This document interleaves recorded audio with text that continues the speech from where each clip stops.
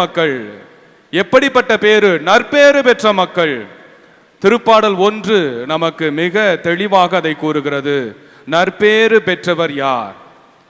ஆண்டவர் மீது நம்பிக்கை கொண்டவரே பேரு பெற்றவர், பேரு பெற்றவர்.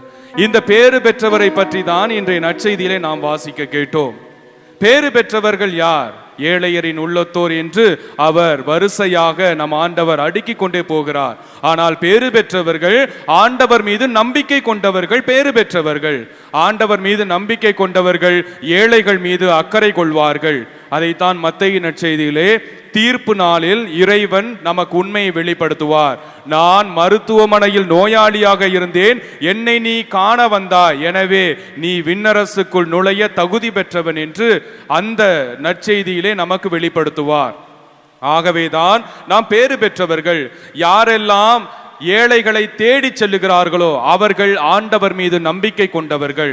ஏனென்றால் நம் ஆண்டவர் இயேசு கிறிஸ்துவின் பணி லூக்கா நற்செய்தி 4ஆம் அதிகாரத்திலே 16 தொடங்கி இருக்கிற இறைவசனத்திலே, ஆண்டவரின் ஆவி என்மேல் உள்ளது, அவர் என்னை அருட்பொழிவு செய்துள்ளார், ஏழைகளுக்கு நற்செய்தி அறிவிக்க என்று தன்னுடைய பணியை அவர் வெளிப்படுத்துகிறார்.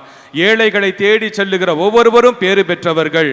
ஏனென்றால் கடவுள் மீது நம்பிக்கை கொண்டவர்கள் மட்டும்தான் ஏழைகளை தேடி செல்வார்கள்.